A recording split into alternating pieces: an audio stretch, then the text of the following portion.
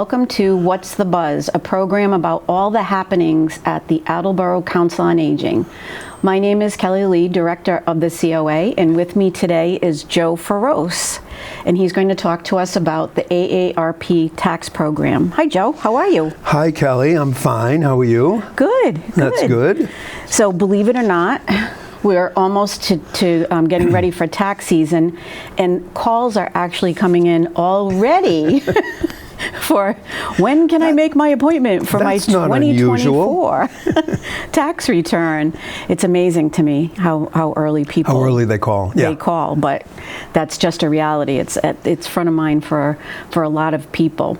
But Joe, before we get going about the tax program, you have been engaged with the Council on Aging for a few years or so. Yes. So how did you get involved with the Council on Aging, and what makes you stay? Well, actually, I got involved in the Council on Aging through the tax program. You did? Yes, because I was originally, I've been it's an AARP Foundation program called Tax-Aide. Mm-hmm. And so this is my 13th year doing that. Oh my goodness. So, and that's in Attleboro. Mm-hmm. So after a couple of years, Madeline McNeely, who was the director at the time, just approached me one day and said, "Joe, do you live in Attleboro?" I said, "Yes." And she said, "How would you like to be on the board?"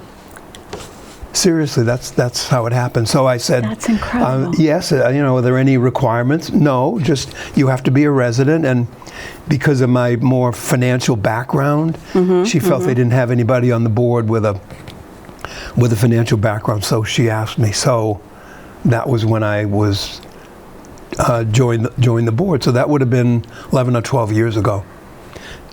Wow. And so I've been on ever since. So what does that role look like for you? And you've been engaged for a number of years on the board. So you wear many hats. The board of directors is one. What does that entail? Well, the board is an advisory board for the Council on Aging, for the director, and kind of also like a kind of a support group. We do attend a lot of the functions, try to help out when we can. If there's going to be anything like going to city council, which happens periodically, sometimes we'll be there for support or sometimes to speak up on a certain matter, that type stuff. So, which we've got one of those coming up. It's right around the corner. I haven't even had a chance to send out an email yet, but October 15th, there's going to be a public hearing on the Highland Country Club proposal. Okay. So ironically, you're here the day after I found out about that. I assume that we would be there to offer support. So. And didn't you wear the last time the board came out in great numbers? I hear there were some T-shirts involved.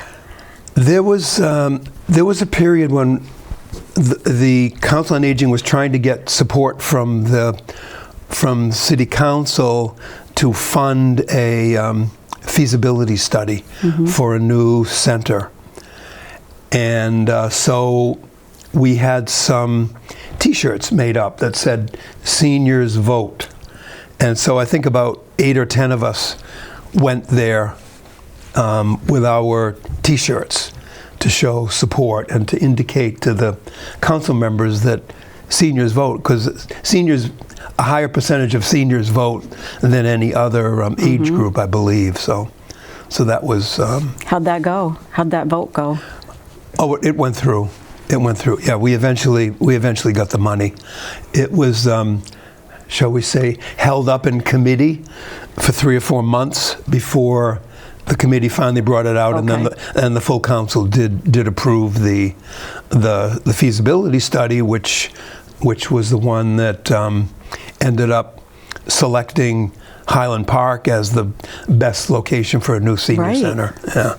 And now we've got another. And now we have another proposal coming up on October 15th. Well, that's really great.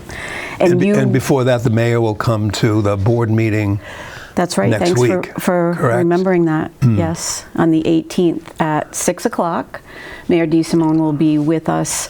It's open to the public. Every Council on Aging board meeting is. It's a public meeting, 6 p.m., 25 South Main Street at the Attleboro Council on Aging. And you wear yet another hat. More than one other.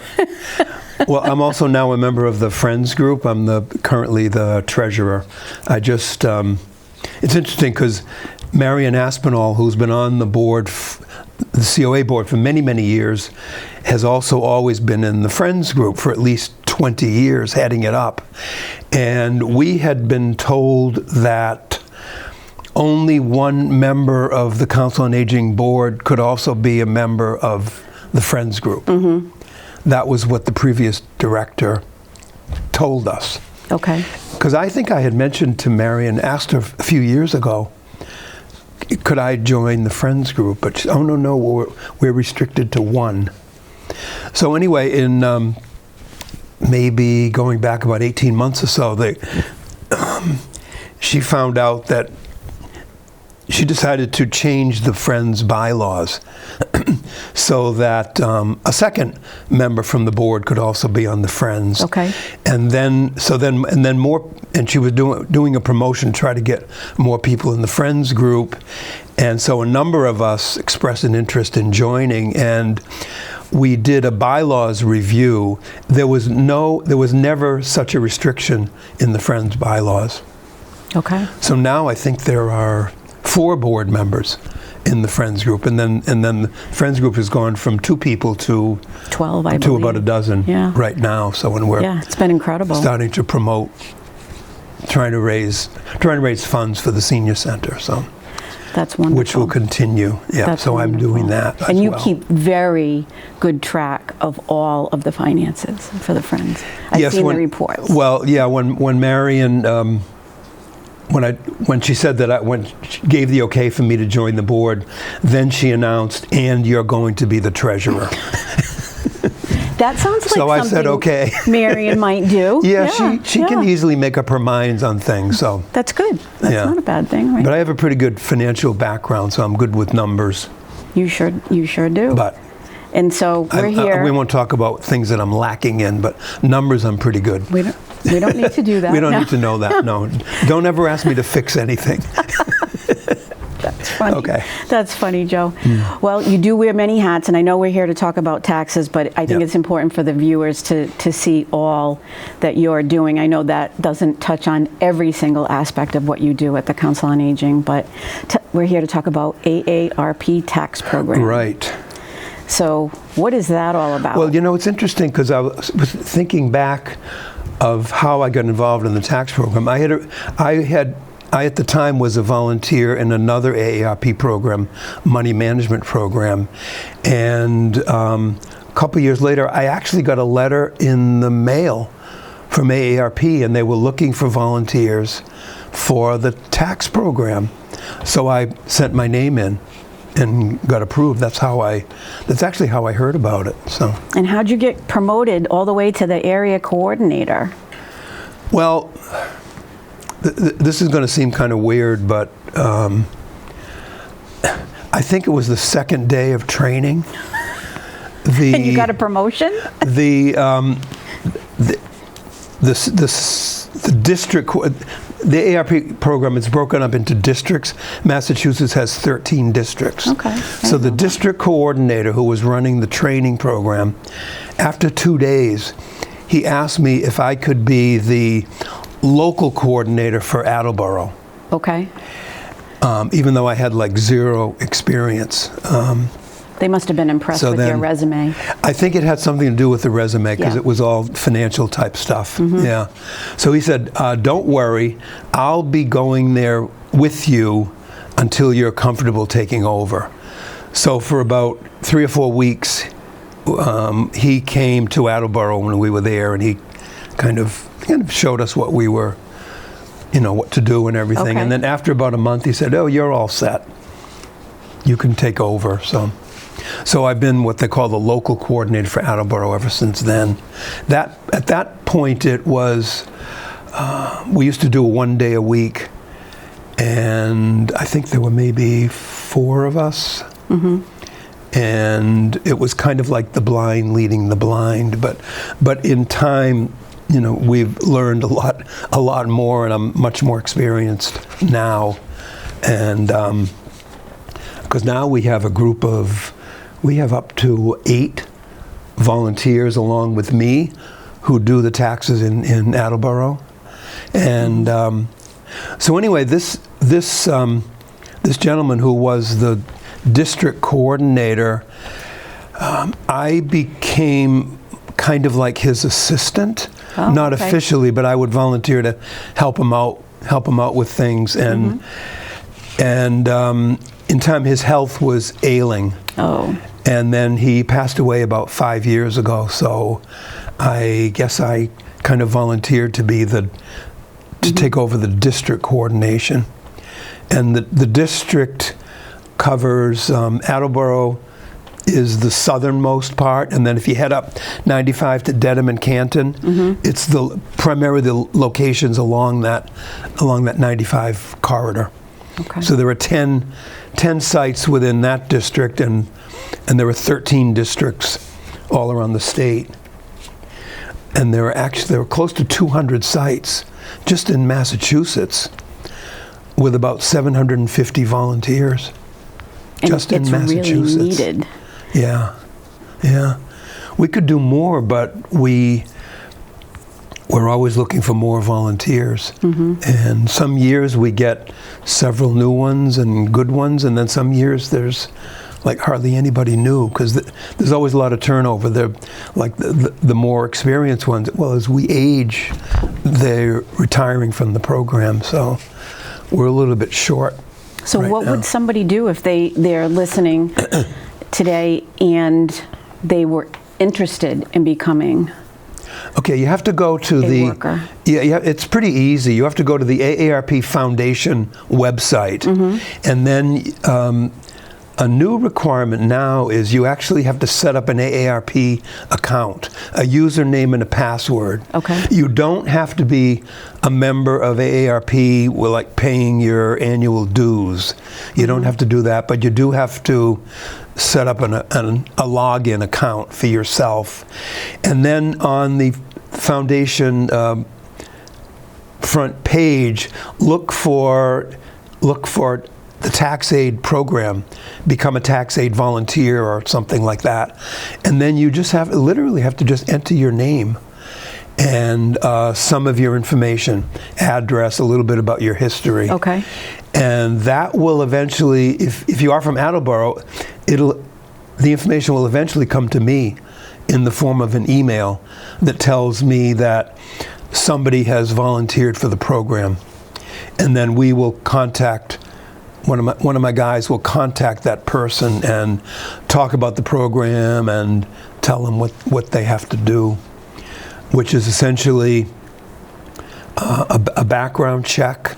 Massachusetts Tax-Aide requires a background check. The only state that does that. Really? Yeah. So we do that first. So it's just a simple form with basic information, along with a photo ID that's sent to the state administrative director. And there's a form that we will send you to do that. And so if you're interested, then you would then also get invited to the training, which takes place in December and January.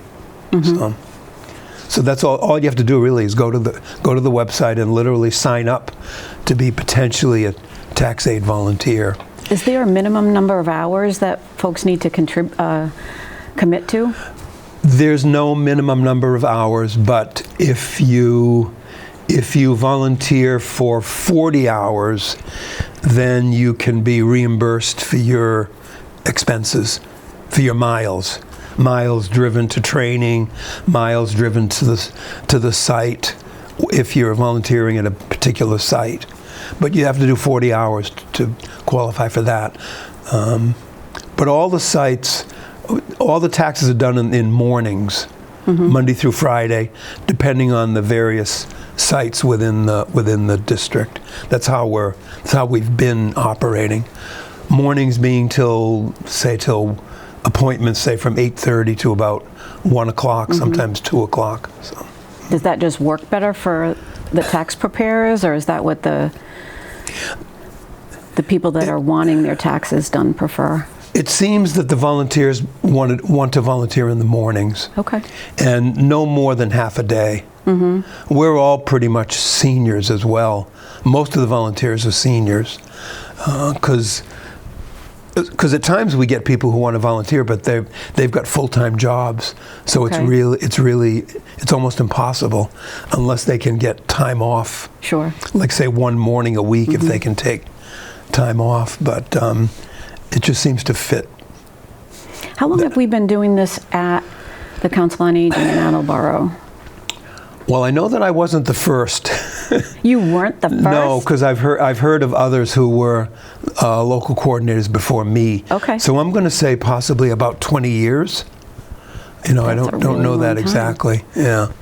And I know we've been talking about some potential changes because we know we have a bit of a challenge on days for parking when you have that many people coming in Yeah. and out, not to mention the tax preparers, but the folks that are having their taxes done. Yeah. Plus the mornings that we're doing taxes, we're pretty disruptive to the senior center, as you know, because there could be up to 8 of us, and then we'll do at least 20 appointments on the days we do taxes, which is currently Mondays and Thursdays.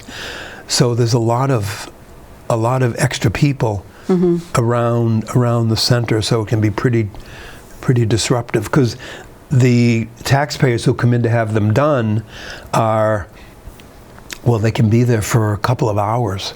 Right. While we're doing the taxes, because they can't be done in like 5 minutes. So you've got a lot of people around. So we've been looking potentially at moving to the rec center, which has a pretty good setup for the program. They've got 2 large rooms that are right near each other. We could have like all the counselors and myself in one room, and then the taxpayers coming in to have them done sitting in another room, and then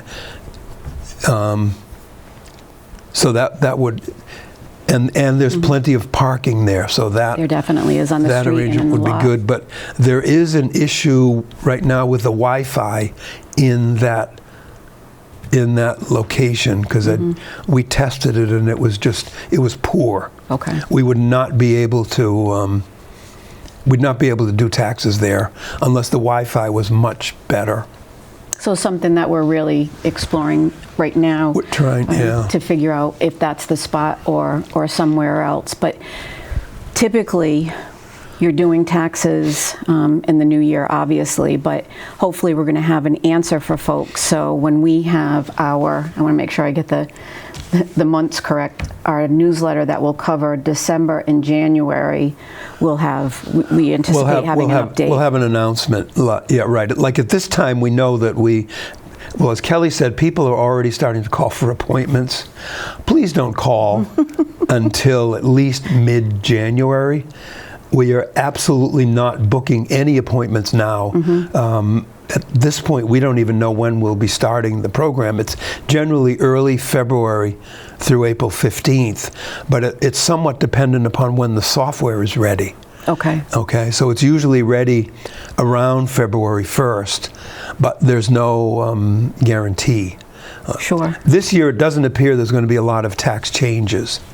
So it should be ready by around Feb 1st, but we don't know that for sure, or the exact days where we'll have appointments. But Okay. so please hold off until at least mid to late January before you call in for an appointment. And currently, the call-in number is the desk at the senior center, but we might change that. We may have another phone number isolated from the senior center that might make it take some of the pressure off the Council on Aging to handle all those initial requests. So by that January newsletter will have information on potentially a different phone number to call in just for the tax program. So I have to do some research to figure out if we can do that. And potentially, we were also exploring the online opportunity for sign up, or is that something that's off the table? I'm not sure. Okay.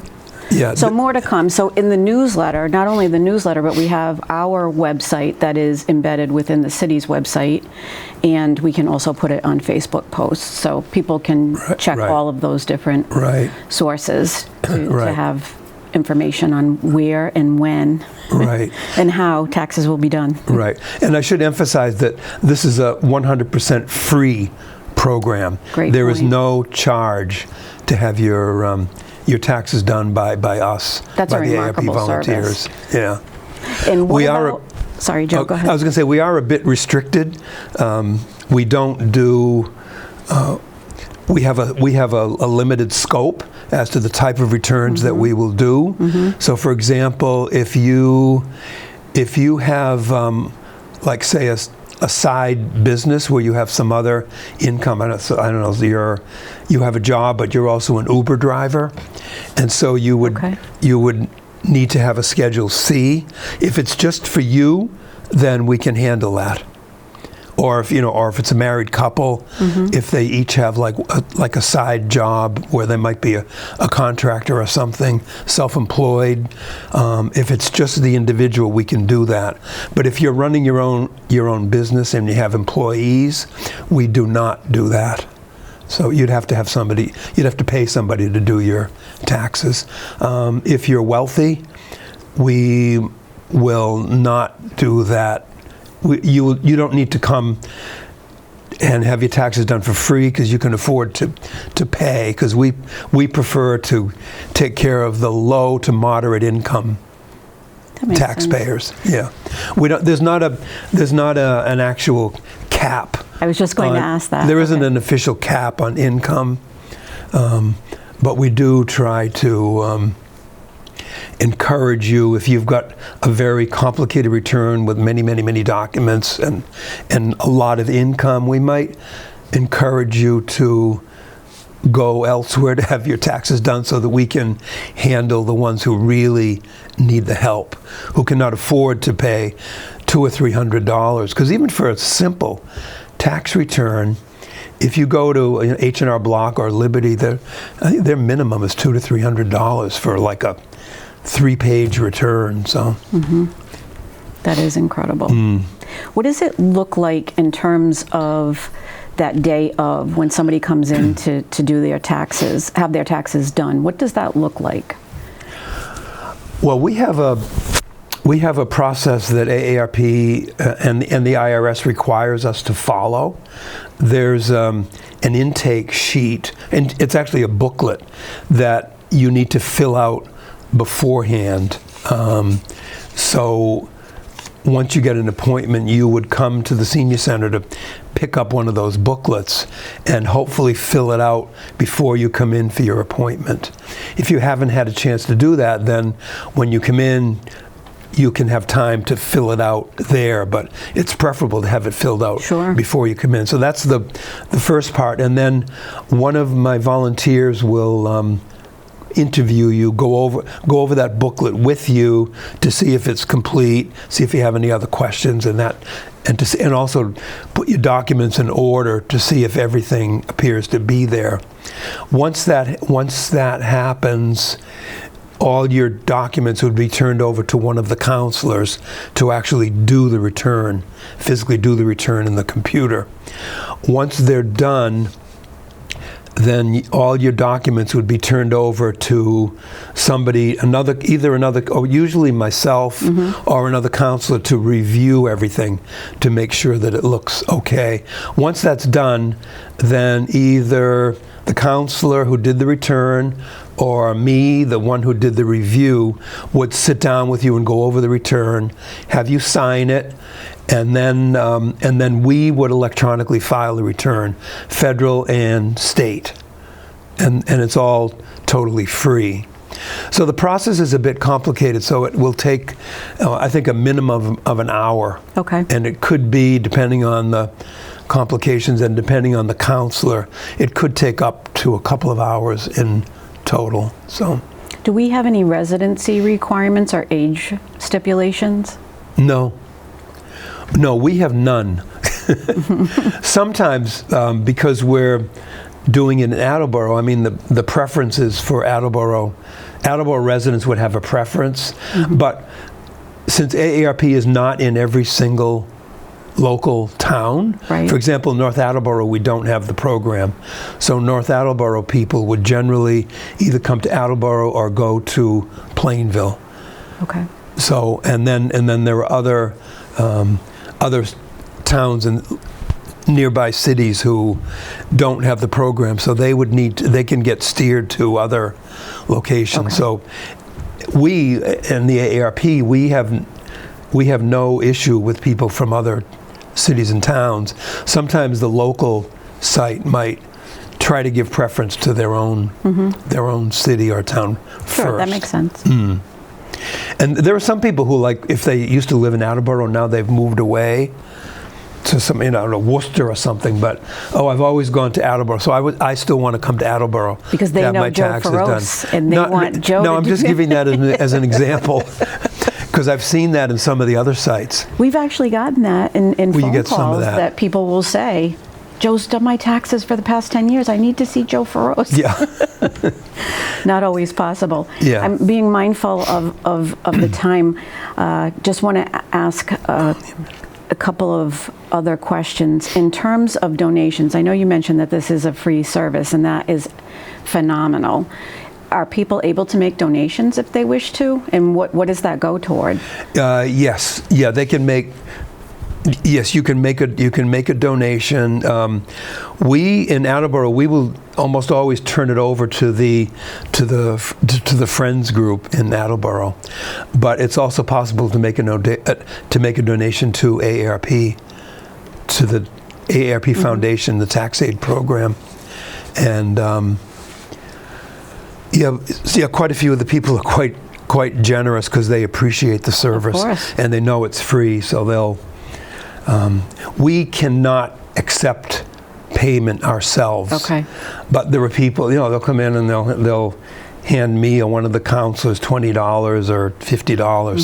So we will turn it over to the Friends group, so it goes towards the senior center. I do want to encourage that we are always looking for more volunteers, and you don't have to be a good numbers person or a tax person, because we can use help with like administrative duties, like helping one of the sites to organize the appointments. We can always use help with that, and we can always use technical help.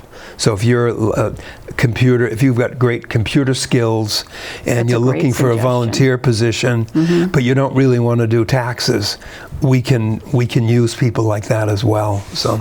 Well, thank you for being with us here today, Joe, and telling us all about the AARP tax process. We greatly appreciate your time. Thank you. Thank you for letting me speak on the program. Great. And we thank everybody for tuning in today, and we look forward to seeing you next time. Have a good day.